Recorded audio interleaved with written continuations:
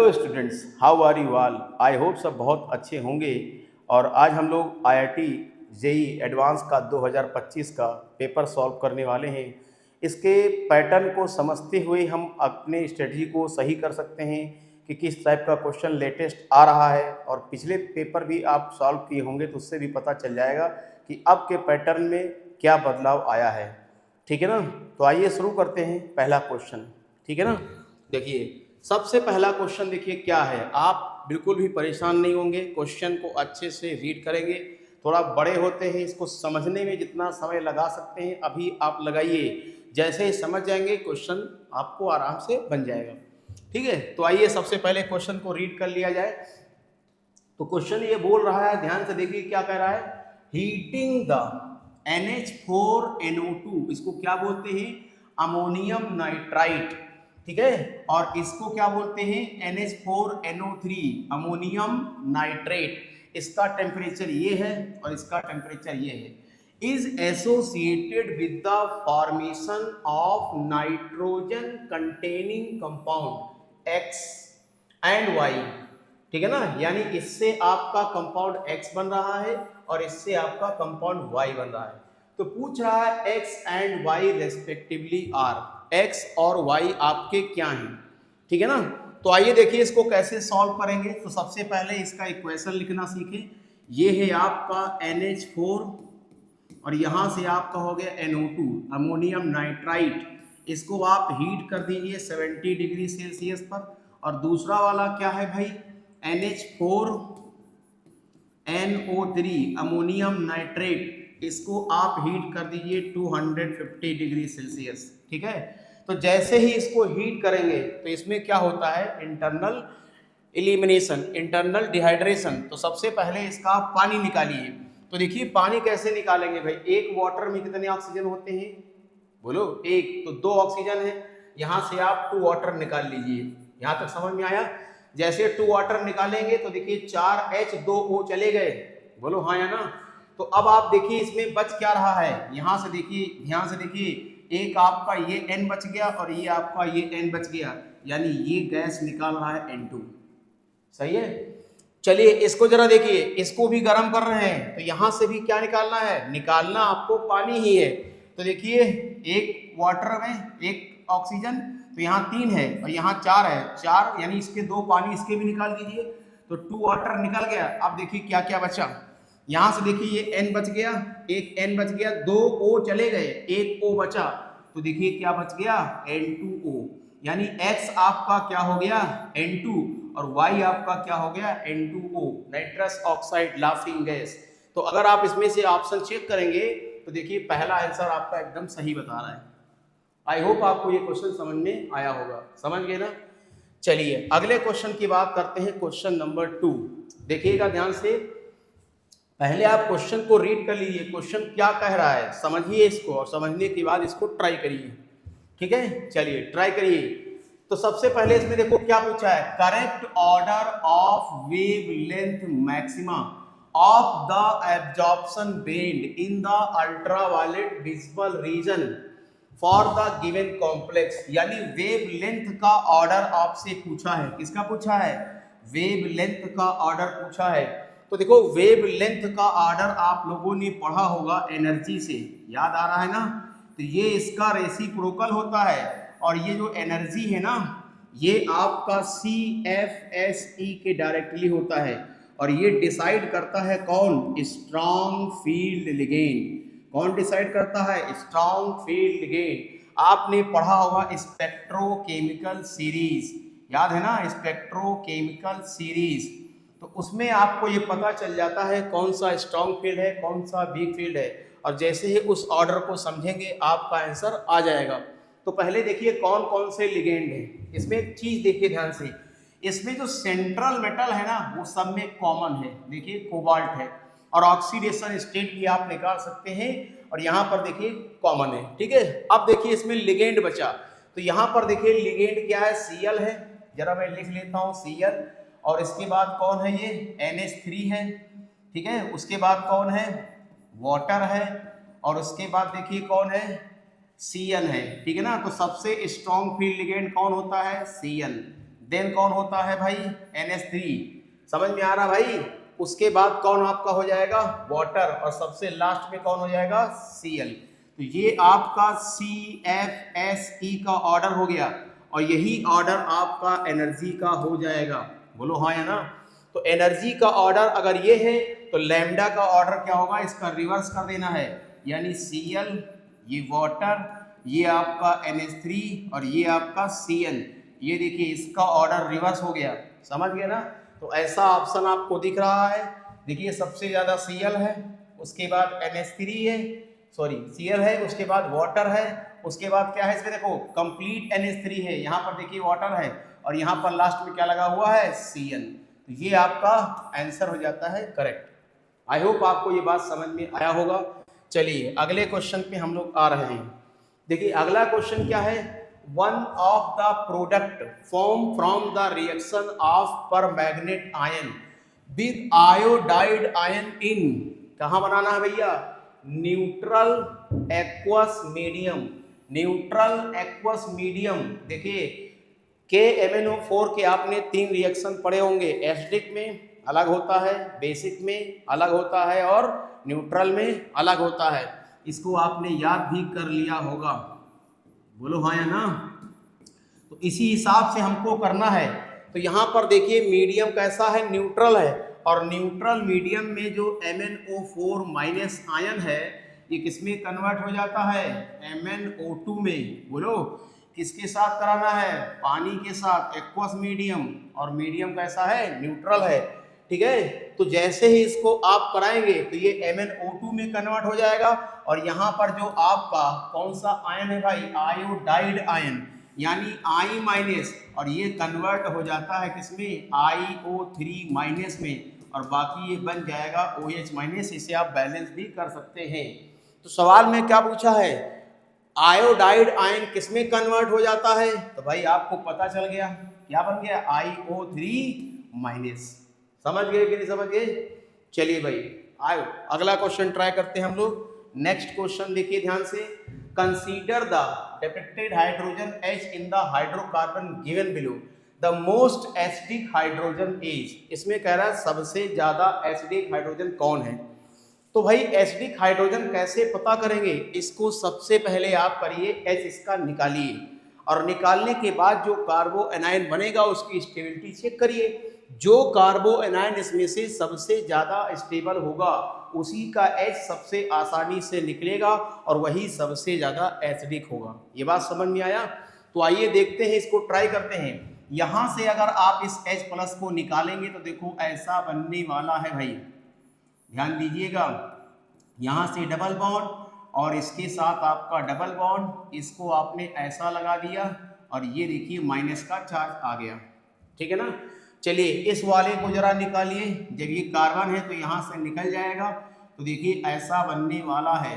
इसे आप बनाइए और यहाँ से इसका लगाइए डबल बॉन्ड, ये आपका ऐसा, और ये आपका क्या हो गया, CH2 है ना, ये माइनस, और ये देखिए कंजुगेशन में है, तो कंजुगेशन में है तो यहाँ क्या आ जाएगा माइनस, और यहाँ लग जाएगा डबल बॉन्ड, यानी ये ऐसा बन जाएगा, ये ऐसा यहाँ पर हो जाएगा, और ये आपका क्या बन गया, C के साथ ये मिथाइल लगा दीजिए, और ये CH2 के साथ डबल बॉन्ड लगाइए।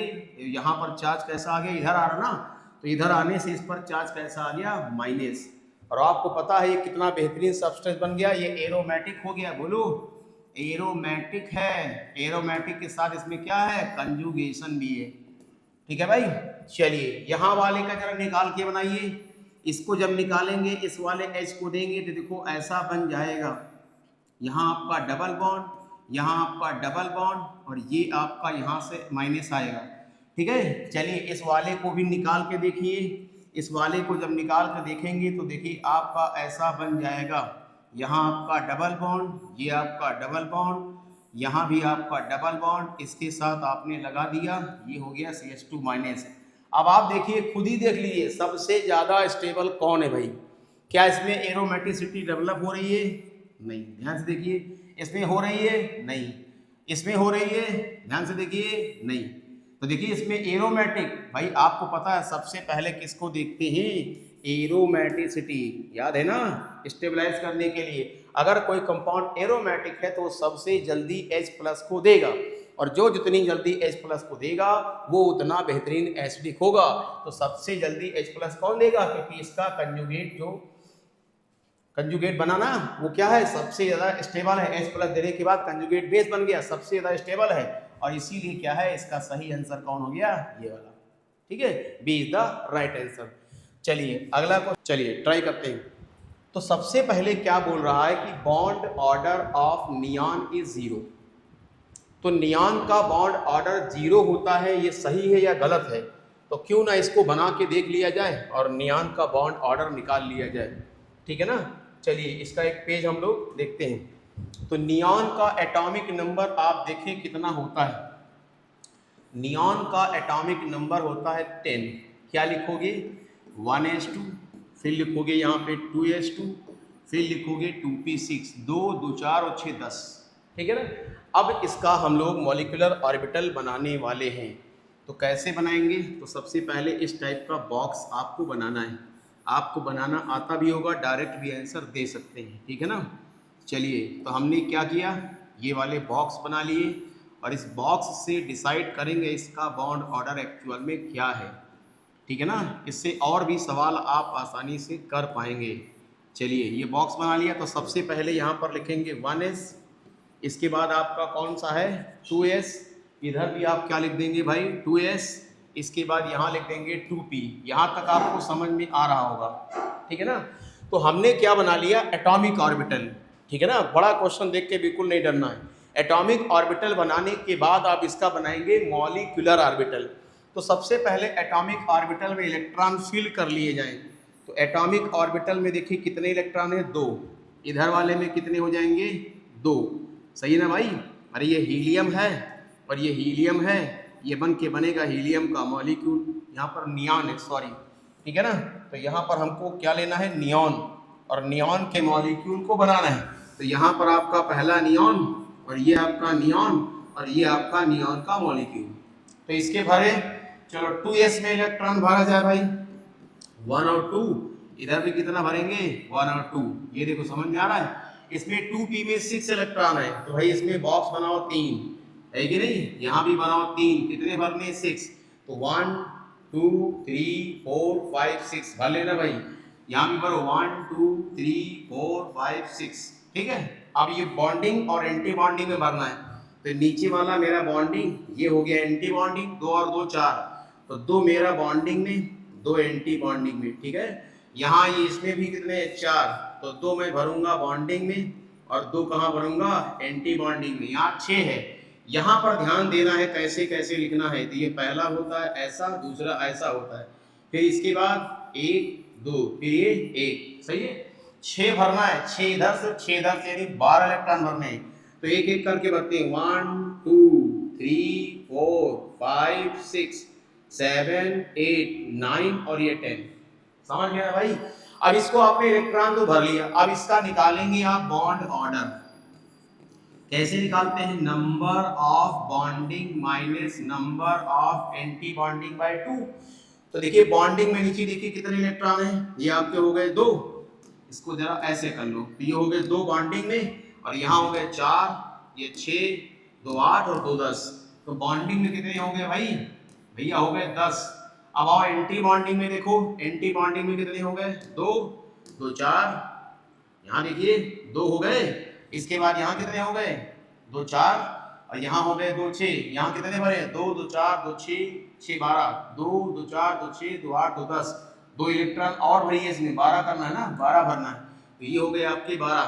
तो बॉन्डिंग में फिर से गिनिए, 2 2 4 2 6 2 8 2 10 बॉन्डिंग में हो गए। एंटी बॉन्डिंग में 2 2 4, ये 2 6 2 8 और ये 2 10। तो 10 एंटी बॉन्डिंग में भी है, इसका बाई 2 कर दो तो ये आ गया 0। यानी बॉन्ड ऑर्डर नियॉन मॉलिक्यूल का क्या बोल रहा है, 0 आ रहा है। तो ये बात सही है कि गलत, तो सर आप बोलिए ये सही है। पूछा क्या उसने, इनकरेक्ट। चलो दूसरा देखिए भाई, highest occupied molecular orbital of F2 is sigma type. चलिए F2 का भी बनाइए, सेम टाइप का, इसी टाइप का आप F2 का भी बनाएं। तो देखिए F2 का कॉन्फ़िगरेशन क्या आएगा, F का एटॉमिक नंबर 9, तो ये आएगा आपका 1s2, फिर आएगा 2s2 और ये हो जाएगा आपका 2p5, ठीक है ना। सेम टाइप का इधर भी बनाइए। तो ये आपका हो गया पहला 1s और इसके बाद हम लोग इसका बनाएंगे 2s, 1s और ये 2s और यहाँ पर हम लोग बना लेते हैं इसका 2p, ठीक है भाई। तो यहाँ पर आप सारे ऑर्बिटल्स आप ऐसे बना लीजिए पहले, ठीक है। तो ये पहला 1s, इधर भी आपका 1s, ये 1s, इसके बाद 1s के बाद 2s, तो यहाँ से इसका 2s, ये आपका 2s, इधर आपका 2p, इधर आपका 2p। चलिए भाई इलेक्ट्रॉन फिल किया जाए। तो 1s में देखिए कितने इलेक्ट्रॉन है भाई, 2 इलेक्ट्रॉन है। तो 1 2, यहाँ भी भर दीजिए 2, ठीक है ना। यहाँ पर 2s में कितने होंगे, 2 इलेक्ट्रॉन है, यहाँ भी आप 2 भर दीजिए, सही है। 2p में कितने इलेक्ट्रॉन है, 5 है भाई, 1 2 3 4 और ये 5, इधर भी आप भर दीजिए 5, 1 2 3 4 और ये 5।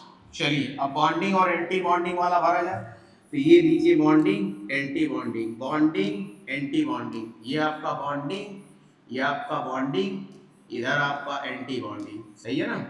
चलो अब उसमें सिग्मा और पाई वाला टर्म पूछा, तो सिग्मा और पाई वाला टर्म क्या है इसको भी जरा ध्यान से देखिएगा। सिग्मा और पाई वाला टर्म हम लोग कैसे डिसाइड करेंगे, देखो। तो नीचे वाला 1s है तो इसको बोलते हैं सिग्मा 1s, सही है। और एंटी बॉन्डिंग क्या हो जाएगा, सिग्मा स्टार 1s, यहाँ लिखेंगे आप सिग्मा 2s, इसको लिखेंगे सिग्मा स्टार 2s। समझ में आ रहा है। चलिए अब ये आपका बचेगा तुम्हारा px, तो ये हो गया आपका सिग्मा px और ये हो गया आपका पाई 2py। समझ तैयार हो कि नहीं भैया, px ये py और ये वाला pz होता है और ये आपका क्या बनेगा पाई 2pz, यहाँ तक ठीक है। अब इसका एंटी बॉन्डिंग लिखूं, ये आपका क्या बन जाएगा पाई स्टार 2py, ये क्या बनेगा पाई स्टार 2pz और इसका एंटी बॉन्डिंग यानी ये बनेगा सिग्मा स्टार 2px, है ना, ठीक है। अब इलेक्ट्रॉन को हम लोग एक एक करके भर लेते हैं। यहाँ 2 और 2 4, तो यहाँ आपको इलेक्ट्रॉन कितने भरने हैं भाई, 4 भरने हैं, ध्यान से भरिएगा। तो 4 इलेक्ट्रॉन भर दीजिए, 1 2 3 4, यहाँ देखो 2 और 2 4, यहाँ भर दीजिए 1 2 3 4, यहाँ कितने हो गए 2 5 और 5 10, आराम से भरिए इसमें। 1 2 3 4 5 6, ये आपका 7, ये 8, ये 9 और ये 10, 10 हो गए ना। चलो अब इसने पूछा क्या है, इसने पूछा है कि जो भाई होमो और लूमो, इसको जरा समझ लीजिए। होमो और लूमो क्या है, होमो क्या, हाईएस्ट ऑक्युपाइड मॉलिक्यूलर ऑर्बिटल, यानी जिसमें इलेक्ट्रॉन भरे होते हैं। एक इसी का होता है लूमो, सही है ना। ये क्या होता है, लोवेस्ट अनऑक्युपाइड मॉलिक्यूलर ऑर्बिटल। हमसे पूछ किसके बारे में रहा है, होमो। तो देखिए ये है आपका होमो, दिख रहा है भाई, ये है आपका होमो, हाईएस्ट ऑक्युपाइड, एंटीबॉडी ना, हाईएस्ट ऑक्युपाइड मॉलिक्यूलर ऑर्बिटल। तो ये किस टाइप के, सिग्मा वाले या पाई, तो सर आप कहेंगे तो पाई स्टार वाले हैं, यानी इसमें जो होमो है वो पाई स्टार वाले हैं, सही है। अब सवाल में देखो क्या लिख के दिया है भाई, इन्होंने ऑप्शन में क्या लिख के दिया है, यहाँ पर लिखा है होमो जो है वो सिग्मा टाइप है, जबकि वो कैसा है, पाई टाइप है, ठीक है। तो ये आपका गलत हो गया और गलत ही पूछा है। चलिए तीसरा देखिए, bond order of O2 plus is smaller than bond order of O2, ठीक है ना। तो बॉन्ड ऑर्डर देखिए O2 का होता है 2, यानी इसमें 16 इलेक्ट्रॉन होते हैं ना, तो इसका आएगा 2, और O2 प्लस अगर आपने कर दिया तो इसमें 15 इलेक्ट्रॉन आएंगे, तो ये आएगा 2.5। तो पूछ रहा है बॉन्ड एनर्जी, यानी जिसका बॉन्ड ऑर्डर ज्यादा उसकी बॉन्ड एनर्जी ज्यादा होती है, और बॉन्ड लेंथ इसका रेसिप्रोकल होता है, ये आप जानते होंगे। तो पूछा क्या है बॉन्ड एनर्जी, तो भाई किसका बॉन्ड ऑर्डर ज्यादा, ये देखिए ये 2.5 है ना, O2 प्लस का बॉन्ड ऑर्डर ज्यादा, तो O2 प्लस 2 का बॉन्ड एनर्जी भी ज्यादा होगा, बोलो हाँ ना। तो क्या होगा, O2 प्लस 2 की बॉन्ड एनर्जी ज्यादा होगा, यहाँ क्या बोल रहा है कम है, स्मॉलर है, तो ये भी आपका क्या हो गया, गलत हो गया, समझ गए। चलिए चौथा भी देखिए, bond length of Li plus 2 is larger than B2, तो Li का देखिए Li2 का बॉन्ड ऑर्डर कितना आएगा, 1 आएगा, और इसका भी क्या आएगा, बॉन्ड ऑर्डर 1 आएगा। तो बॉन्ड ऑर्डर तो डिसाइड नहीं करेगा, अब इसका साइज डिसाइड करेगा, यानी लिथियम और बोरान में साइज किसका बड़ा होता है, लिथियम का। तो लिथियम का अगर साइज बड़ा है तो इसका जो बॉन्ड लेंथ है वो बड़ा होगा, सही ना। तो अगर इसका साइज बड़ा है तो इसका बॉन्ड लेंथ क्या होगा, बड़ा होगा। तो क्या बोल रहा है, bond length of lithium is larger, यानी ये बात सही है, समझ गए।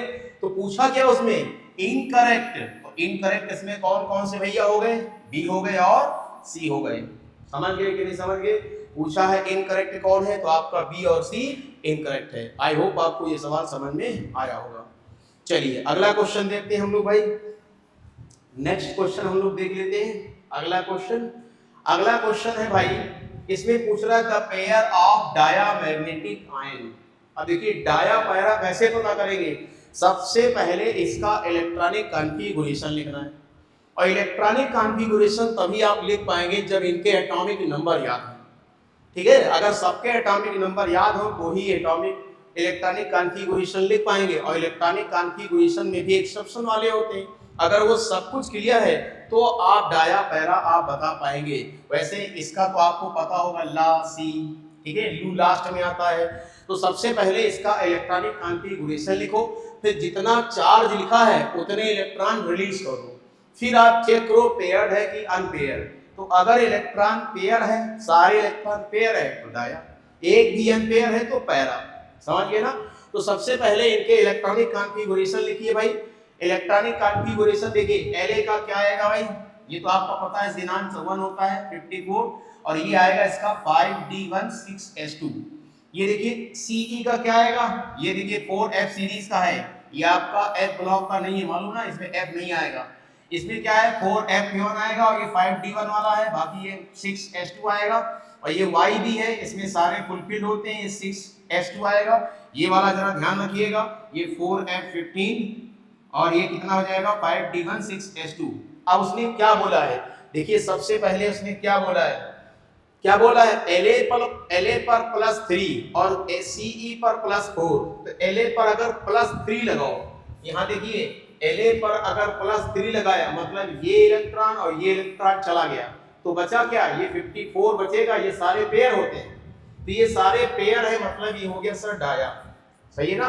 अब अगला देखिए क्या पूछ रहा है, Ce4। चलो Ce4 को देखिए, तो Ce4 यानी इसमें से आपको 4 इलेक्ट्रॉन भगा देने हैं। तो जब 4 इलेक्ट्रॉन भगाएंगे तो 2 यहाँ से, एक यहाँ से, एक यहाँ से, तो ये भी क्या हो गया, ये 54 बचेगा, सारे ये पेयर होते हैं। तो ये पेयर है, तो ये भी हो गया डाया। चलो अगला देखिए भाई, अगला क्या है YB+2। क्या है YB+2, तो YB का देखिए कितना होता है ये, अब +2 लिखेंगे तो क्या आएगा, YB+2 में आएगा 2 इलेक्ट्रॉन ये चले जाएंगे, और 4F14 है, तो ये 7 बॉक्स बनाना है, एक एक करके भर देना, सारे पेयर होंगे, तो ये भी क्या हो जाएगा डायामैग्नेटिक।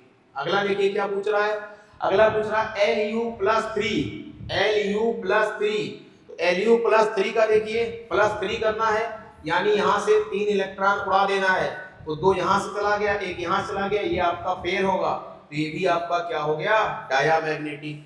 तो ये पहला वाला डाया हो गया, बोलो दूसरा डाया हो गया। उसके बाद YB और Lu ये भी आपके क्या हो गए, देखिए डाया हो गए। समझ में आया कि नहीं आया, चलिए और भी चेक कर लीजिए। अब कह रहा La+2, अगर मैं La पर +2 लगाता, कितना लगाता La पर +2, तो La पर +2 लगाते तो एक इलेक्ट्रॉन बच जाता, बोलो हाँ या ना। La पर +2 लगाते तो एक इलेक्ट्रॉन बच जाता, तो ये पैरा हो जाता, सही है ना। तो पैरा वाला तो हमसे पूछा नहीं है, तो ये वाला तो हटा दीजिए। अब देखिए Ce+3 में आओ, यहाँ पर +3 बोल रहा है, तो देखो 2 और 1 3 निकल जाएगा, तो 1 बच जाएगा, यानी अगर Ce+3 लगाते तो ये पैरा आता, और पैरा हमसे पूछा नहीं है, तो ये भी आपका ऑप्शन हट गया। फिर है YB+3, आइए YB पे +3 करिए। YB पे +3 करेंगे तो देखो क्या आएगा, 2 यहाँ चलागा और 1 यहाँ चला जाएगा, तो यहाँ 13 बचेगा, एक यहाँ पर भरेंगे अनपेयर्ड इलेक्ट्रॉन आएगा, यानी YB अगर +3 कर दिया तो ये पैरा आएगा, और पैरा हमसे पूछा नहीं है, और जब पूछा नहीं है तो ये वाला ऑप्शन भी आप क्या कर दिए, कटिए। फिर Lu+2, Lu पर अगर +2 लगाते, देखो Lu+2 यानी 2 यहाँ से जाता, बोलो, और एक ये रह जाता, एक रह जाता मतलब क्या, पैरा हो जाता। तो ये वाला पैरा वाला हमसे पूछा नहीं, क्या पूछा है, डाया, तो ये भी ऑप्शन कट गया। यानी ये वाला और ये वाला आपका सही हो गया। समझ गए? क्लियरली समझे? यानी इसमें एटॉमिक नंबर दिया नहीं है, आपको याद होगा और कॉन्फ़िगरेशन भी सही से होगा तभी ये सवाल अटेम्प्ट कर पाएंगे। समझ गए भाई? चलिए अगला सवाल हम लोग देखते हैं। नेक्स्ट क्वेश्चन आते हैं। अगला क्वेश्चन जरा ठीक से पढ़िएगा फिर आराम से हम लोग करते हैं। चलिए पढ़ लिया भाई। अब इसको देखिए कैसे हम लोग इसको सॉल्व करेंगे। ये देखिए इसमें सवाल को कैसे सॉल्व करना है। तो ये सवाल हम लोग सबसे पहले अटेम्प्ट करेंगे। तो सबसे पहले हमारा मॉलिक्यूल क्या दिया है? हमारे मॉलिक्यूल में दिया है दिस, ये वाला मॉलिक्यूल है और इसमें क्या मिला दिया? HBr। बोलो तो ये क्या है? Addition reaction, simple addition reaction है। तो आप क्या करेंगे? एक जगह Br लगाएंगे, एक जगह H लगा देंगे। तो जैसे ये लगाएंगे ये आपका P बन गया। यहाँ तक ठीक है? अब क्या कर रहा है? फिंकलस्टीन कराइए। याद है ना फिंकलस्टीन? फिंकलस्टीन में क्या होता है? आयोडीन रिप्लेस होता है। बोलो हाँ या ना? यानी फिंकलस्टीन में क्या होगा? ये Br से हट करके और यहाँ पर क्या लगा देना है? I लगा देना है। याद है ना? श्वार्ट्ज में फ्लोरीन लगता है, तो यहाँ पर फिंकलस्टीन में क्या लगा दिया आपने? ये लगा दिया I। तो ये हमारा क्या बन गया? Q। अब इसके बाद क्या कह रहा है? Swarts reaction. श्वार्ट्ज में फ्लोरीन लगता है, बहुत ध्यान रखेंगे। श्वार्ट्ज में फ्लोरीन लगता है तो ये आपका Br हट के क्या लग जाएगा? फ्लोरीन, और ये आपका बन जाएगा R। यहाँ तक ठीक है? अब ये स्टेटमेंट आप पढ़ेंगे और बताएंगे क्या कहना चाह रहा है। तो देखो CH bond length in P, देखिए CH bond length in P, यानी अगर मैं P में देखूं तो क्या है? P में क्या है? Br है। बोलो हाँ है ना? Q में क्या है? I है। और ये R में क्या है? F है। तो ध्यान दीजिए क्या कर रहा है? CH bond length in PQR, ये फॉलो करता है सबसे ज्यादा Q का है। तो आप देखिए सबसे बड़ा बॉन्ड किसका होता है? I का होता है कि Br का कि F का? तो सबसे बड़ा बॉन्ड आप इसमें देखिए फॉलो कर रहा है कि नहीं कर रहा है? Q का बोल रहा है। सबसे बड़ा कौन हो गया? Q। अब Q के बाद क्या है? R। Q के बाद कौन है? ये हो गया R। तो देखो सबसे बड़ा तो ठीक है, लेकिन R वाला फ्लोरीन है, इसके बाद कौन आएगा? Br आएगा। समझ में आ रहा है कि नहीं आ रहा है? यानी अगर इसको लिखेंगे तो हमारे हिसाब से पहले Q आएगा यानी I का, फिर इसका आएगा Br का आएगा यानी P का, और सबसे छोटा मेरे पास क्या हो जाएगा? ये R का। तो इसमें क्या लिखा है? QPr, ये क्या रहा? QRP। ये गलत हो गया। समझ गए? अगला देखिए बॉन्ड एंथैल्पी। बॉन्ड एंथैल्पी पूछ रहा है, सबसे ज्यादा R की है, यानी जिसका एटम का साइज छोटा उसकी बॉन्ड एंथैल्पी क्या होगी? बोलो ज्यादा होगी। तो देखिए बॉन्ड लेंथ किसका ज्यादा? I का। और बॉन्ड लेंथ किसका छोटा? F का। तो जितना छोटा बॉन्ड उसकी बॉन्ड एंथैल्पी सबसे ज्यादा होगी। तो सबसे छोटा कौन है? ये वाला। तो इसको अलग से लिख लेते हैं, यानी ये बन जाएगा हमारा R, फूफा जी। उसके बाद P आएगा, P मतलब ब्रोमीन, F फिर Br, फिर क्या है? ये I है, Q वाला, यानी ये हो जाएगा Q वाला। तो ये हो जाएगा R और ये P और ये Q, यानी ये बॉन्ड ऑर्डर वाला तो ठीक है, बॉन्ड एंथैल्पी वाला एकदम सही निकला है। सही है? चलो अगला देखो, relative reactivity towards SN2 PQR। तो पहले P फिर R फिर Q। रिएक्टिविटी किसकी ज्यादा होती है? सबसे बड़ा I का। उसके बाद कौन आएगा? Br का। उसके बाद कौन आएगा? F का। सही है ना? तो ये इस टर्म में लिख लो भाई। F वाला कौन है? देखो ये I वाला पहले लिखो। I वाला कौन है? Q है। इसके बाद Br वाला कौन है? P है। और ये फिर हो गया R, यानी QPR आएगा। तो QPR, इसमें क्या लिखा? PRQ। ये गलत हो गया। ठीक है ना? चलिए अगला देखिए, P के value of the conjugate acid of leaving group. तो इनके लीविंग ग्रुप कौन कौन से हैं? पहले वाले का हो गया I, और दूसरे वाले का हो गया Br, और तीसरे वाले का हो गया F। इनके कंजुगेट एसिड कौन बनेंगे? HI, और ये हो गया आपका HBr और ये HF। ठीक है ना? अब आइए देखिए ध्यान से, तो यहाँ पर क्या है? P वाला है Br, ये P है, और उसके बाद I वाला कौन है? Q है, ये हो गया। उसके बाद R वाला कौन है? F है। तो देखिए सबसे ज्यादा एसिडिक कौन होगा? यही होगा, यानी इसका K ज्यादा। तो PKA इसका रिवर्स हो जाएगा। बोलो हाँ ना? HF और ये हो जाएगा आपका HBr और ये हो जाएगा आपका HI, यानी ये हो जाएगा R का सबसे ज्यादा, फिर P और फिर क्या आएगा Q। बोलो RPQ। तो ये देखो क्या लिखा है, R, इसको P लिखिए, R ये P और ये Q। तो देखो ये क्या लिखा है PQR, नहीं है ना, ये भी गलत हो गया। तो हमसे पूछ रहा है क्या सही है भाई, तो बस सही वाला ऑप्शन आपको पता चल गया, समझ गए ना। चलिए अगला सवाल हम लोग ट्राई करते हैं। नेक्स्ट क्वेश्चन, ये वाला ध्यान से देखिए। In the electrochemical cell dichromate ion in the aqueous acidic medium reduced to the chromium +3, ठीक है। The current in ampere that through the cell for the इतने मिनट। ये तो फैराडे का सवाल है, ठीक है ना, और 1 मोल आप क्रोमियम को लेना है, तो भाई फैराडे का सवाल है। तो फैराडे लॉ आपने पढ़ा होगा, क्या पढ़ा है, W = Z × I × T, और Z को कैसे लिखते थे, E/F, यानी E को लिखेंगे ऐसा 96500।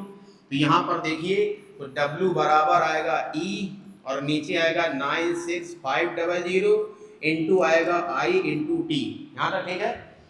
अब इसमें तुम्हें क्या फंसाएगा, इक्विवेलेंट मास, ये डायरेक्टली इसमें पता नहीं है, क्योंकि इक्विवेलेंट मास अगर एटम है तो एटॉमिक मास, मॉलिक्यूल है तो molecular mass upon balance factor यानी n फैक्टर।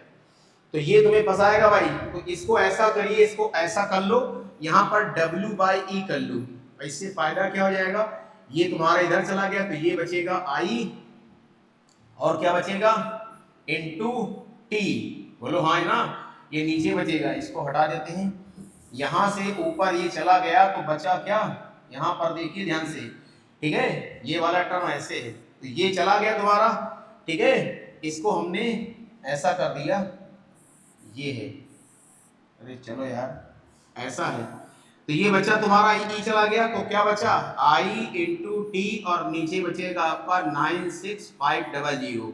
I हमसे पूछा है, ठीक है, T टाइम हमको दिया है, टाइम हमेशा सेकंड में लेना होता है और बाकी सब पता है।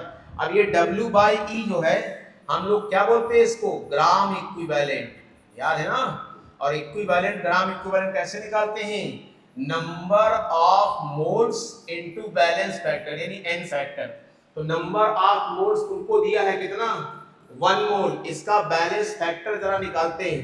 तो पहले तुम्हारा क्या था Cr2O7, डाइक्रोमेट है ना, डाइक्रोमेट आयन, और ये कन्वर्ट हो रहा है Cr+3 में, तो इसका जरा ऑक्सीडेशन नंबर देखिए, यहाँ 6 आएगा, यहाँ तो +3 है, तो 6 से 3 का डिफरेंस यानी 3 आएगा, तो यहाँ पर हो गया 3, समझ में आया। तो इक्विवेलेंट यानी W/E की वैल्यू आ गई, ठीक है, कितना आ गया, ये हो गया आपका 1 × 3 बराबर हो गया I × टाइम, कितना है भाई, टाइम आपको दिया है 48.2 मिनट, मिनट को सेकंड में कर लो 60 हो जाएगा, और ये नीचे आएगा 96500, हमें I चाहिए, तो I निकालने के लिए क्या करेंगे, इसको उधर ले जाएंगे, तो ये हो जाएगा 1 × 3 × 96500, और नीचे क्या आ जाएगा ये 48.25 × 60, ठीक है, और जैसे इसको मल्टीप्लाई कर लेंगे आपका आंसर आ जाएगा 100 एम्पियर, समझ गए ना। तो ये थोड़ा ट्रिकी सवाल था, डायरेक्ट अगर इसको करते तो फंस सकता था। आई होप आपको समझ में आया होगा, और हम लोग देखते हैं अगला क्वेश्चन, ठीक है ना। चलिए अगला क्वेश्चन देखिए भाई, अगला क्वेश्चन क्या कह रहा है, at 25 degree Celsius the concentration of H+ ion, ये दिया हुआ है, और aqua solution of weak monobasic acid having the dissociation constant, ठीक है, ये कितना है x × 10⁻⁷ and the value of x, ठीक है। देखो ये थोड़ा टिपिकल क्वेश्चन है, ठीक है ना, जैसे हम लोग क्या इसमें पूछ रहा है हाइड्रोजन आयन का कंसंट्रेशन, तो हम लोगों ने पढ़ा था क्या Ka × C, याद है ना।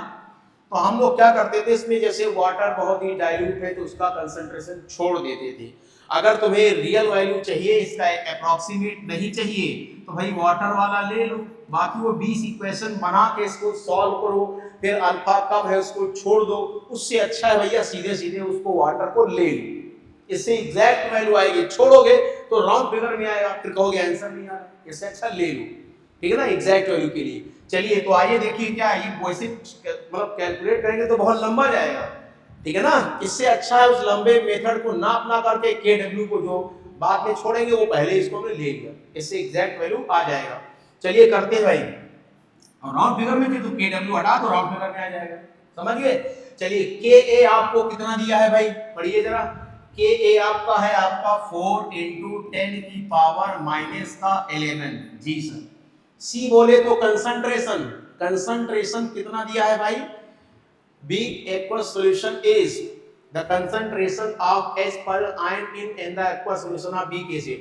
weak acid का जो concentration है वो ये है, H+ का पूछा है तो इसको लिख दिया 1 × 10 की पावर -3, और KW आपको 25 पर पता भी होगा दिया भी है तो इसको लिख लीजिए 1 × 10 की पावर कितना -14, और ये लगा लीजिए।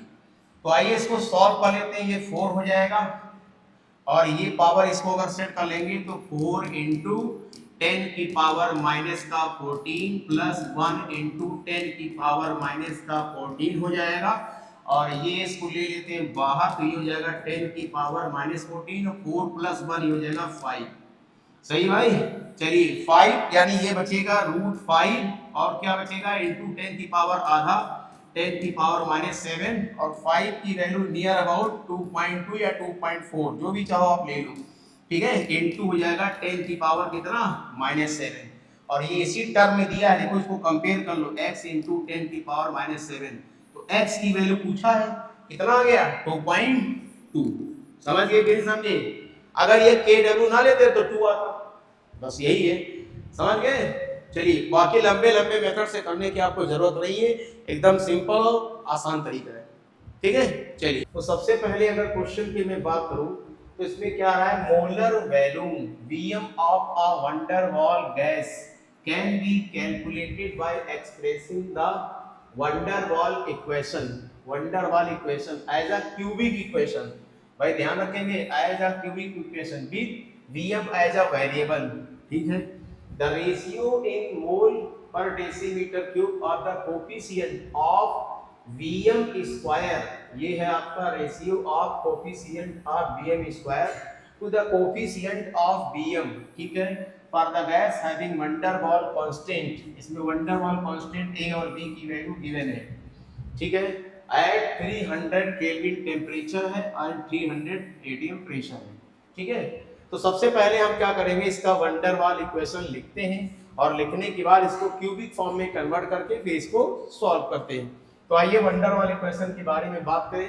तो सबसे पहले वंडर वॉल इक्वेशन की अगर हम बात कर लें तो वंडर वॉल इक्वेशन क्या कहना चाह रहा है जरा देखिएगा भाई, ठीक है ना। चलिए तो वंडर वॉल इक्वेशन आपका ये है P + A/B² V - B = RT, ठीक है। इसको V की जगह पर Vm आप लिख लीजिए ताकि आपको कंफ्यूजन ना हो भाई, है कि नहीं, ये लीजिए। अब क्या करना है, इसको सबसे पहले सिंपलीफाइड करना है, ओपन करना है। चलिए इसको ओपन करते हैं हम लोग, तो ओपन करने पर क्या आएगा, इस वाले को हम लोग मल्टीप्लाई कर ले पहले इससे, तो देखो क्या आएगा, ये आएगा P और ये हो जाएगा आपका Vm, और इसके बाद इस वाले को हम लोग कर लेते हैं इससे, तो ये क्या आ जाएगा +A, ये आएगा आपका Vm नीचे हो जाएगा Vm², ठीक है ना। चलो अब इसका हो गया, अब इस वाले के साथ करना, इस वाले का इस वाले का इस वाले से, ठीक है। तो ये क्या आएगा माइनस का PV, और इसके बाद ये वाला हो गया, अब इसके साथ इसका ये वाला, तो ये वाला जब करेंगे तो क्या आएगा भाई माइनस का A, ऊपर क्या आ जाएगा V/ नीचे बचेगा Vm², यहाँ तक ठीक है ना। A Vm इसका इससे मल्टीप्लाई कर दिया और इसका हमने इससे कर दिया, ठीक है, और ये RT जो उधर था इधर ले आए हम लोग RT, और ये बराबर हमने लगा दिया 0, सही है। चलो अब देखो इसका एलसीएम लेके बराबर कर लिया जाए। जब इसका एलसीएम लेके आप बराबर करेंगे तो देखो क्या आएगा, यहाँ पर स्क्वायर है तो यहाँ पर स्क्वायर से मल्टीप्लाई कर देना है, तो ये आपका बन जाएगा P और ये आएगा Vm³ और नीचे क्या हो जाएगा Vm²। इसको देखिए, इसको तो ऑलरेडी है तो ये हो जाएगा A, ये आपका हो जाएगा Vm और नीचे हो जाएगा क्या Vm²। इसके भी नीचे कर दो, ये हो जाएगा पीबी और ये हो जाएगा आपका वीएम का स्क्वायर और नीचे भी हो जाएगा आपका वीएम का स्क्वायर। यहाँ पहले से है तो ये हो जाएगा आपका ए बी और नीचे हो जाएगा वीएम का स्क्वायर, ठीक है ना। यहाँ खोल लो तो ये हो जाएगा आर टी और ये हो जाएगा वीएम का स्क्वायर और नीचे हो जाएगा वीएम का स्क्वायर बराबर 0। सही है। चलो अब इसको हम लोग क्या करेंगे, ये वीएम वाला कॉमन ले लेंगे, उसको उधर ले जाएंगे तो 0 हो जाएगा। तो ये आपका बचेगा कि भैया क्या, ये बचेगा आपका P, ये हो जाएगा वीएम क्यू प्लस यहाँ क्या बचेगा ए वीएम माइनस क्या बचेगा पीबी और ये बचेगा आपका वीएम स्क्वायर माइनस हो जाएगा कितना ए बी, ये हो जाएगा आपका ए बी और इधर क्या आ जाएगा भैया माइनस का आर टी और ये हो जाएगा आपका वीएम का स्क्वायर बराबर 0। अब आपसे सवाल में देखो क्या पूछ रहा है भाई, सवाल वाले ने क्या पूछा है, किसका पूछा है coefficient VM square to the VM. तो पहले वीएम स्क्वायर का निकाल लेते हैं कोफिशिएंट। तो भाई वीएम स्क्वायर का कोफिशिएंट निकाला जाए तो यहाँ पर देखिए वीएम स्क्वायर आपको दिखा ये वाला, ठीक है ना, ये वाला वीएम स्क्वायर है और यहाँ वाला भी देखिए वीएम स्क्वायर है। सही है। चलो तो इसको लिख लेते हैं, इसका माइनस साइन आप क्या कर ले बाहर ले ले तो यहाँ पर क्या आ जाएगा वीएम का कोफिशिएंट कितना है यहाँ पर पीबी, तो ये हो जाएगा आपका पीबी और इसके आगे ये निकाल लिया, बोलो हाँ है ना, तो ये प्लस का आ जाएगा अंदर क्या हो जाएगा ये आरटी। सही है। और रेशियो किसका निकालना है, वीएम स्क्वायर का हो गया और किसका निकालना है वीएम का। ठीक है, तो वीएम का कोफिशिएंट निकाल लो। तो यहाँ से देखिए वीएम किधर है, ये वाला है वीएम, इसको तो लेना ही क्यूब है, यहाँ पर कुछ है नहीं तो इसको ले लिए वीएम का कोफिशिएंट ए, तो नीचे मैंने क्या लिख दिया ए। सही है। अब इसकी वैल्यू हम लोग सॉल्व कर लेते हैं, यही निकालना है भाई, यही है आपका रेशियो। चलो इसकी वैल्यू रखा जाए तो इसकी वैल्यू जब रखेंगे तो देखो क्या आएगा P और ये V, P यानी कि प्रेशर। तो आप देखिए प्रेशर कितना दिया हुआ है सवाल में, टेम्परेचर प्रेशर 300 है, तो यहाँ पर आप इसको रख लेंगे कितना 300 atm, निशान आप माइनस का बाहर ले लेंगे और B यानी वंडरवॉल कांस्टेंट स्मॉल v की वैल्यू कितना दिया है ये 0.060, तो इसको रख देते हैं 0. कितना हो जाएगा 0.060, ठीक है ना। और प्लस क्या कर लेना है भाई, प्लस कर लेना है आपको, ये इतना हो गया R इंटू टी, R की वैल्यू आपको दिया है 8.3 और इंटू कितना टेम्परेचर है आपका कितना 300, ठीक है ना, और अपॉन डिवाइडेड बाई ए भाई कितना है, ए की वैल्यू आपको दिया है कितना भाई 6, डिवाइडेड बाई कर लेंगे आप कितना 6, तो यहाँ आप डिवाइड कर लेंगे 6 और जैसे ये 6 से डिवाइड कर लेंगे तो 3 6 जा 18 और इसको मल्टीप्लाई करिए, इसको जैसे ही मल्टीप्लाई कर लेंगे आपका ये वाला आंसर आ चुका होगा माइनस का 7.1 एग्जैक्टली आएगा, तो ये आपका आंसर आ जाएगा माइनस का 7.1, यही आपका फाइनल आंसर है। तो आई होप आपको ये क्वेश्चन समझ में आ गया होगा, क्यूबिक इक्वेशन को पहले बना लेना था उसके बाद रेशियो निकाल लेना था। सही है भाई। चलिए हम लोग आगे की बात करेंगे, अगला सवाल देखेंगे, इसे आप देख लीजिए। ठीक, चलो सवाल पढ़ते क्या कह रहा है, considering the ideal gas behaviour the expansion work done in kilojoule, इसमें निकालना भैया in kilojoule when 144 gram of water is electrolyzed completely under constant pressure at 300 Kelvin।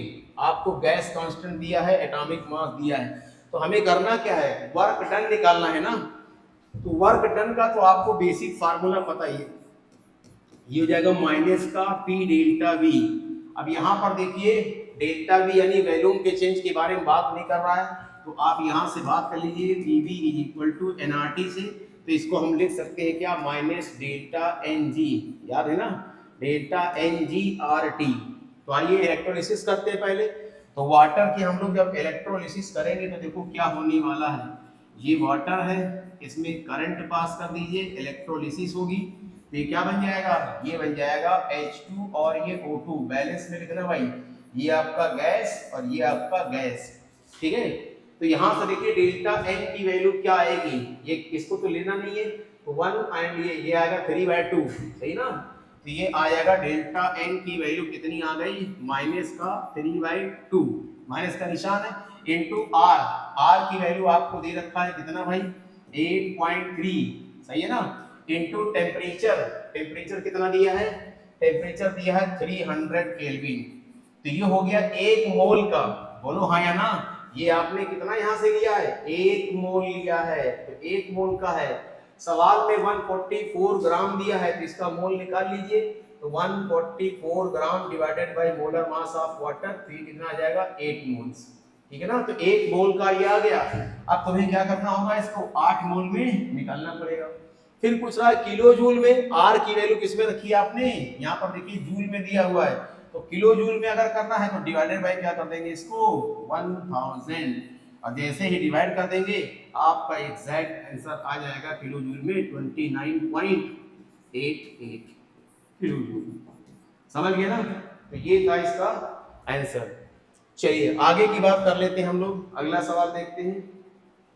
अगला सवाल क्या क्या है, a monomer X involved in the synthesis of nylon 6,6 polymer, ठीक है, give a positive carbyl amine test if 10 moles of X are analyzed using Duma method, the amount of nitrogen gas evolved is, ठीक है। सबसे पहले इसको समझने का प्रयास करो, इसमें क्या कहना चाह रहा है।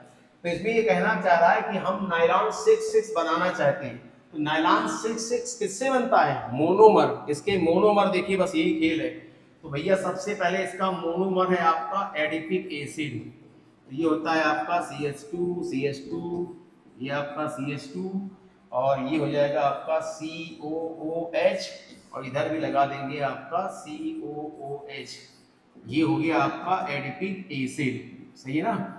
अब इसके बाद हम लोग क्या लेते हैं, इसका दो मोनोमर है हेक्सामिथाइलिन डाइअमीन, तो यानी ये हो जाएगा आपका NH2, और यहाँ पर 1 2 3 4 5 और ये 6 हेक्सामिथाइलिन डाइअमीन, ठीक है ना। इसको जरा काउंट कर लो कार्बन को, 1 2 3 4 5 6, 1 2 3 4 5 6, और ये हो गया आपका NH2।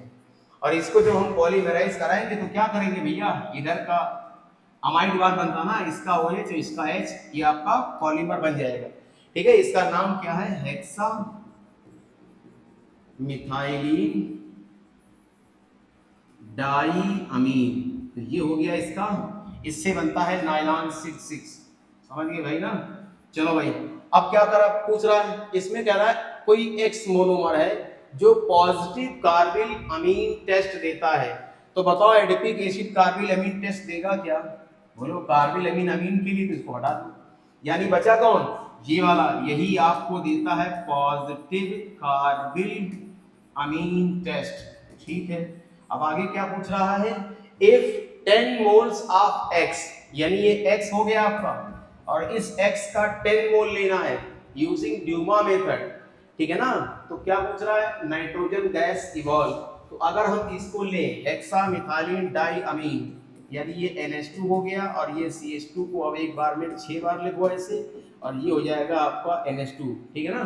तो इससे क्या बना रहा है N2, इसका 1 मोल अगर लिया तो ये बनेगा आपका 1 मोल, देखिए ना यहाँ पर 2 नाइट्रोजन है, सही है, तो इसका 1 मोल, तो इससे 1 मोल N2 बनेगा ड्यूमा मेथड में, सही है ना।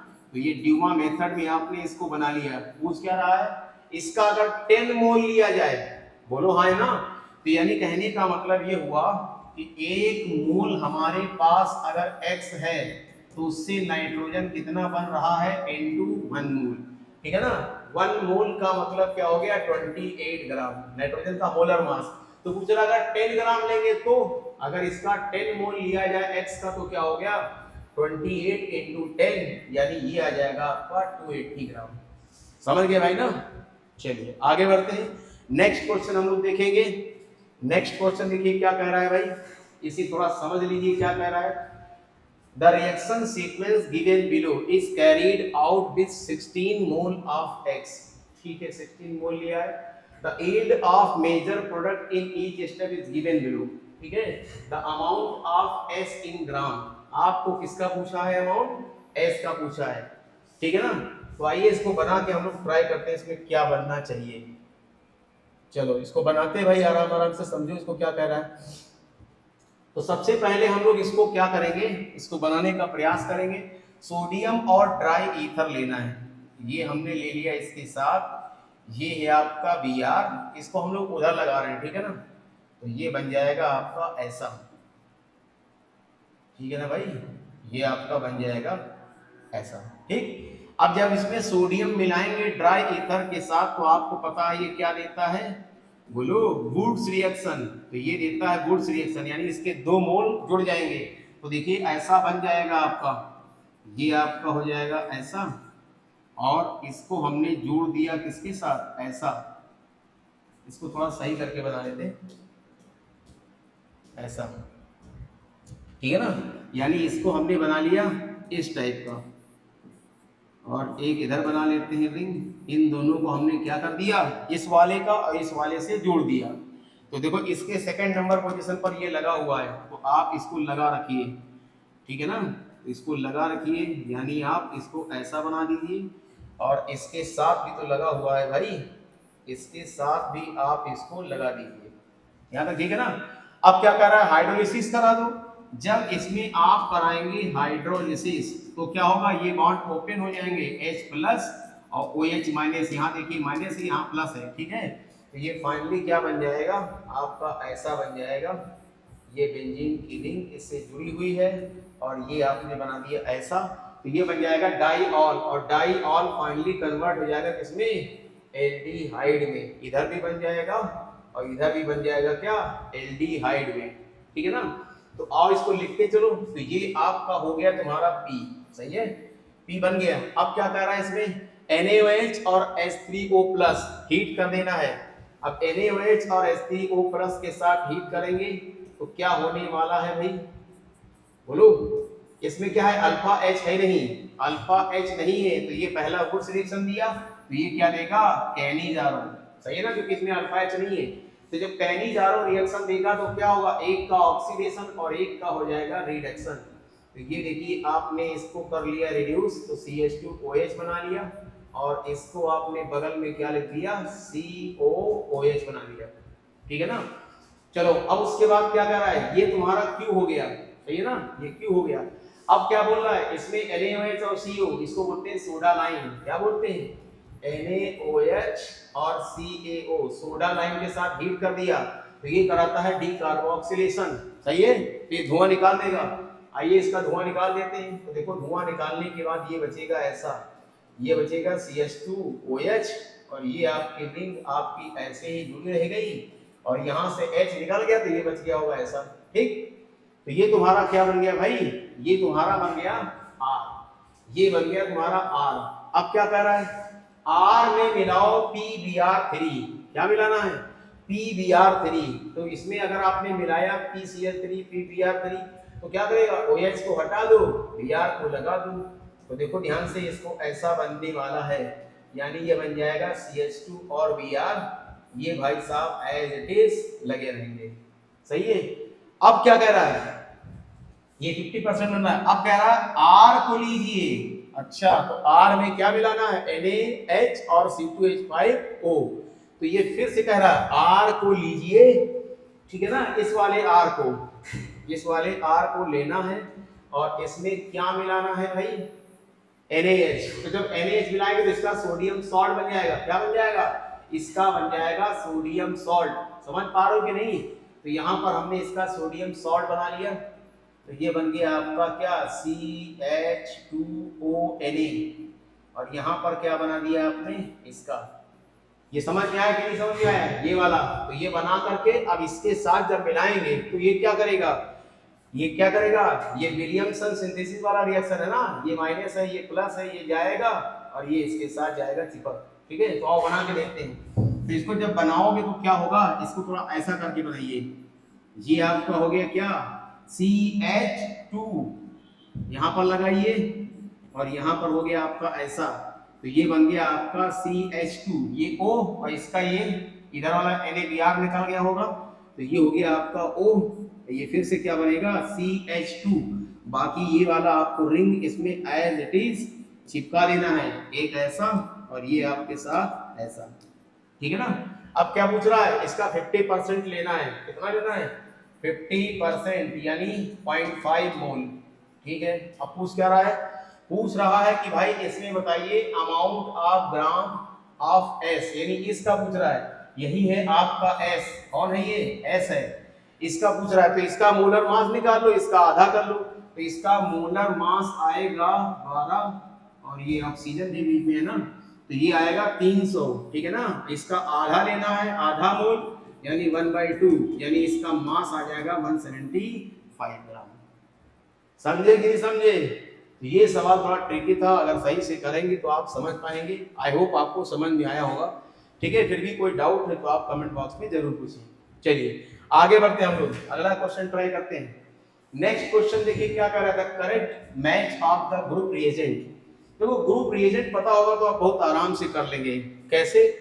कुछ ग्रुप तो बच्चों को आराम से याद रहता है, कुछ में फंस जाते हैं। तो पहले ग्रुप पहचानो, देखो H2S in the presence of dilute HCl, तो यानी ये किस ग्रुप का रिएजेंट है भैया, फर्स्ट ग्रुप में। और फर्स्ट ग्रुप में कौन आता है, कॉपर, इतना तो पता होगा। चलिए ये देखिए NH4OH in the presence of NH4Cl, ये कहां आता है, थर्ड ग्रुप में। और ये तुमको याद होगा एल्युमिनियम किस ग्रुप में आता है, थर्ड ग्रुप में। तो आओ जरा इसको मैचिंग करके देखें आंसर आ रहा है कि नहीं। S का मिला दीजिए फर्स्ट ग्रुप का, S का 1 से, तो देखिए S का 1 से हो गया, ठीक है। फिर R को देखो थर्ड ग्रुप का है, एल्युमिनियम थर्ड ग्रुप में आता है, यदि R को 2 से मिला दो, ठीक है, बाकी ऑटोमेटिक मिल गए। बाकी देखो ये S का है, ये कट गया, ये देखिए S में 5 कट गया, वैसे ही आ गया आंसर, सही है ना। बाकी ग्रुप रिएजेंट से आप इसको बहुत अच्छे से कर सकते हैं। ये ग्रुप रिएजेंट आप देख लीजिए, फोर्थ ग्रुप का ये होता है Mn, और इसके बाद फिफ्थ ग्रुप में ये होता है Ba+2, थर्ड ग्रुप में ये होता है, आपको पता होगा, ये पहले तो हर बच्चे को याद होता है, सही ना। तो ये काफी इजी क्वेश्चन था। चलिए आगे की बात करते हैं, नेक्स्ट क्वेश्चन लेते हैं। अगला क्वेश्चन क्या बोल रहा है, major product obtain from the reaction in the list, ठीक है। और लिस्ट सेकंड इसको मेंशन करना है, each entry in the list appropriate entry, ठीक है। Lose the major product obtain, इसमें जो मेजर प्रोडक्ट बनेगा लिस्ट नंबर सेकंड में, ये एज अ रिएक्टेंट यूज होना चाहिए, एज अ रिएक्टेंट। तो किस रिएक्शन में यूज होता है ये बताना है। ये बात समझ में आया? सेकंड वाले में पहले रिएक्शन करके प्रोडक्ट बनाओ, ये जो प्रोडक्ट बनेगा उसका प्रोडक्ट इधर वाले रिएक्शन में से किस में यूज होता है, बस इतनी सी बात। आइए करके देखते हैं। तो आप पहले वाले को देखो भाई, पहले वाले को देखो, ये आपका क्या है, टॉलुइन है। टॉलुइन में क्या मिला दिया, CrO2Cl2, ठीक है ना। और ये CH2, ये आपको पता हो गया क्रोमिल क्लोराइड, तो आपको क्या बनाएगा, बेंजल्डिहाइड, इटार्ड रिएक्शन, याद है ना। अब ये मत कहना इटार्ड रिएक्शन वहां से मैच कर लो, नहीं, ये प्रोडक्ट कहां यूज होगा, ये आपका प्रोडक्ट बना। अब ये प्रोडक्ट किस रिएक्शन में यहाँ यूज होता है इसकी बात कर रहा है, ठीक है ना। तो ये देखो कहाँ यूज होता है, बेंजल्डिहाइड में, मतलब कौन सी रिएक्शन आप करेंगे जिससे ये हो जाए, बताओ जल्दी से। तो बेंजल्डिहाइड में आप कौन सा यूज करेंगे, बेंजल्डिहाइड में इसमें देखो कोई होगा, स्टीफेन होगा, नहीं, स्टीफेन सायानो के लिए होता है, सैंड में यार। अनिलीन डेरिवेटिव या अमीन के लिए होता है, हाफमैन ब्रोमाइड अमीन के लिए होता है, और कैनिजारो एल्डिहाइड कीटोन के लिए होता है, जिसमें अल्फा H नहीं होता है, सही है ना। तो बेंजल्डिहाइड वाला जो कोई ये बना प्रोडक्ट, इसमें क्या बना, बेंजल्डिहाइड। तो इसका जो प्रोडक्ट है वो कहाँ यूज होगा, तो आप कहेंगे ये होगा कैनिजारो में, यानी 1 वाले के साथ इसको मिला दिया, कैनिजारो, सही है ना। चलो अगला बना के देखो, कह रहा है बेंजोइक एसिड ले लो, ये है आपका बेंजोइक एसिड। अब बेंजोइक एसिड में PCl5 मिलाओ, क्या करेगा, OH को हटाएगा, Cl को लगाएगा। उसके बाद क्या कराना है, NH3 मिलाओ, और जैसे तुमने NH3 मिलाया तो ये बन जाएगा क्या, CONH2, यानी अमाइड बन जाएगा। फिर क्या बोल रहा है, P4O10 के साथ हीट कर दो, तो ये क्या बन जाएगा, सयानो बन जाएगा। और सयानो कहाँ यूज होता है, स्टीफन रिएक्शन में। तो ये वाला जो रिएजेंट है वो कहाँ यूज होगा भैया, स्टीफन रिएक्शन में। यानी कहने का मतलब इसमें जो साइनाइड बना है ना, तो ये कहाँ यूज करेंगे, स्टीफन रिएक्शन में। तो यानी इसके आगे मैं 2 लिख दे रहा हूँ, सही है। चलो आगे देखो भाई, अगला मैच करो। नाइट्रोबेंजीन ले लिया, जी सर, नाइट्रोबेंजीन। अब क्या क्या मिलाया, इसमें Fe और HCl मिला दिया, रिडक्शन करेगा, और रिडक्शन कराने से क्या बन जाएगा, NH2, सही है। अब NaNO2HCl मिलाओ, NaNO2 और HCl, तो ये तो डाइजोनियम बना लेगा, यानी ये हो जाएगा आपका N2Cl, ठीक है ना। तो ये पूछ रहा है कहाँ यूज करते हैं भाई, इस वाले को कहाँ यूज करेंगे, तो भैया इस वाले को कहाँ यूज करेंगे, ये तो सैंडवेयर में यूज करते, देखो डाइजोनियम सॉल्ट सैंडवेयर में यूज करते ना, ये प्रोडक्ट कहाँ यूज करेंगे, सैंडवेयर में। तो इस वाले के आगे हमने क्या लिख दिया, नाइट्रोबेंजीन, इसके आगे 3 लिख दिया, सही है। चलो अगला जरा बना लो, अगला बना लो। तो ये है क्या, टोलुइन, तो टोलुइन ले लिया हमने, और इसमें क्या मिलाया, Cl2 और HNO, ये आपके एनसीईआरटी में लिखा है भाई, 2 बार इसके Cl रिप्लेस होंगे भाई, ध्यान रखिएगा। तो ये बनेगा CaCl2 और पानी मिलाओगे तो ये बन जाएगा एल्डिहाइड, यहाँ तक सही है ना। अरे 2 OH आएंगे, पानी निकल जाएगा एल्डिहाइड। अब इसमें टॉलेंस मिलाओ, जैसे तुमने टॉलेंस मिलाया तो ये बेचारा बन जाएगा कार्बोक्सिलिक एसिड, सही है। अब क्या मिलाया, SOCl2, SOCl2 जैसे मिलाओगे तो ये बन जाएगा तुम्हारा, क्या बन जाएगा, यहाँ से आएगा CO और ये बन जाएगा तुम्हारा क्या, NH2, ठीक है ना। SOCl2 मिलाने से तुम्हारा क्या होगा, OH को हटाना है और Cl को लगाना है, सही है ना। तो ये बन जाएगा तुम्हारा Cl, फिर क्या लगाया, NH3 लगाया, और जैसे NH3 इसमें मिलाया अमोनिया, तो ये बन जाएगा आपको, Cl को हटाएगा, NH2 को लगाएगा और ये बन जाएगा अमाइड, क्या बन जाएगा, अमाइड। और अमाइड कहाँ यूज होता है, हाफ मैन ब्रोमामाइड में, अमाइड से क्या बनता है, आमीन। तो इसके आगे हमने क्या लिख दिया, 4 के आगे यहाँ 4 लिख दिया, सही है। अब ये बचा हुआ, इससे तो ऑप्शन मैच कर लो, लेकिन फिर भी देख लो इसमें क्या हुआ, अनिलीन है, अनिलीन में क्या मिलाया भाई, अनिलीन में क्या मिलाया, इसको फोटो खोल के देखो भाई, अनिलीन में मिलाया CH3 का होल, यानी एसाइलेशन करेगा, और एसाइलेशन जब करेगा तो ये देखिए आपका ऐसा बनने वाला है, सही है। फिर इसको क्या कराएगा, नाइट्रिक एसिड से नाइट्रेशन, आर्थो पैरा वाला है ना ये देखिए, तो यहाँ पर क्या बना देगा, NHCO CH3, और यहाँ पर नाइट्रो ग्रुप लगाएगा, फिर पानी मिला दिया, और पानी मिला दिया तो एसाइलेशन जो था वापस हो जाएगा, तो ये फिर से अनिलीन बन जाएगा। ऐसा कोई रिएजेंट देखिए सिलेक्शन नहीं होता है, नहीं, वैसे पता चल गया। फिर भी आप इसका मैचिंग कर लो, ठीक है ना। तो P के साथ किसको मिला दो, P के साथ 2 को, Q के साथ, ये देखिए आपका मैच हो गया, P के साथ 2, Q, R के साथ 4, S के साथ 1, समझे कि नहीं समझे। बस इसमें जो प्रोडक्ट बनेगा ये बताना था किस रिएक्शन में यूज होता है, सही है। चलिए आगे की बात करते हैं, अगला क्वेश्चन देखिएगा भाई, ठीक है। चलिए इसको पहले पढ़ लीजिए क्या कह रहा है, फिर आगे की बात करते हैं, ठीक। चलो देखते हैं। सबसे पहले कंपाउंड दिए गए, इसमें मिलाना है कि इसमें कौन सा ये देगा। तो आइए इसमें देखिए, पहले क्या लिखा, reaction with phenyl diazonium salt gives yellow die, याद आ रहा है कुछ, येलो डाई कौन देते हैं, अनिलीन डेरिवेटिव, एनसीईआरटी में लिखा है ना, अनिलीन डेरिवेटिव या अनिलीन, ठीक है। तो अनिलीन डेरिवेटिव इसमें कोई है जी सर, ये देखिए लिखा है अनिलीन डेरिवेटिव, यानी 1 का क्या हो गया, R, ये R वाले का 1 से मैच करा दिया, समझ में आया भाई। तो R का 1 से हो गया। अब आओ दूसरा देखो, reaction with ninhydrin, reaction with किसके साथ, निनहाइड्रीन के साथ, give purple colour, purple colour, ठीक है। तो निनहाइड्रीन किसके लिए है भाई, किसके लिए है, अमीनो एसिड के लिए है, पेप्टाइड के लिए है, प्रोटीन के लिए है। तो देखो इसमें क्या पेप्टाइड है, जी सर पेप्टाइड है, अमीनो एसिड भी बनेंगे, इसमें भी है। अच्छा फिर आगे क्या रहा है, with FeCl3 give violet colour, violet colour अगर दे रहा है तो इसके साथ फिनालिक OH होना जरूरी है। तो यहाँ भी देखो क्या बन रहा है, हाइड्रोलिसिस से अमीनो एसिड बनेगा ना, पेप्टाइड बॉन्ड देखो अमाइड, ये देखिए CONH बॉन्ड, ठीक है, और इसमें फिनाइल ग्रुप भी है, तो ये इसके साथ मैच हो जाएगा, यानी P के साथ आपका हो जाएगा 2, तो ये हो जाएगा आपका 2। अगला देखिए भाई, तीसरा क्या कहा, reaction with glucose give corresponding hydrazone, hydrazine की रिएक्शन होती तो क्या बनता था, हाइड्राजोन, याद आ रहा ना, ग्लूकोज की रिएक्शन होती थी हाइड्राजीन के साथ, तो हाइड्राजोन, तो इसमें हाइड्राजीन देखो कहीं है, ये देखिए हाइड्राजीन है, ठीक है ना। तो इसको आप मिला दीजिए, यानी 3 वाला हो गया, S के साथ चला गया, ठीक है।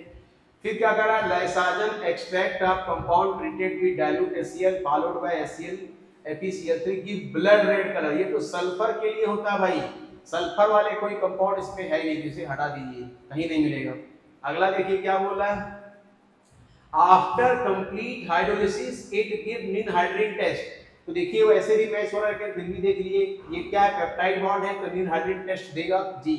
Does not give positive phthalein dye test. Phthalein dye test कब देता है, जब ये फिनोलिक वाला होता है, तो फिर इसमें फिनोलिक नहीं है, तो यानी ये मैच कर रहा है, तो यानी इस Q वाले को लाइए और इसके सामने 5 से मिला दीजिए, समझ गए ना। बस यही इसका फाइनल आंसर हो गया आपका, P का 2, Q का 5, R का 1, S का 3 सही आंसर है।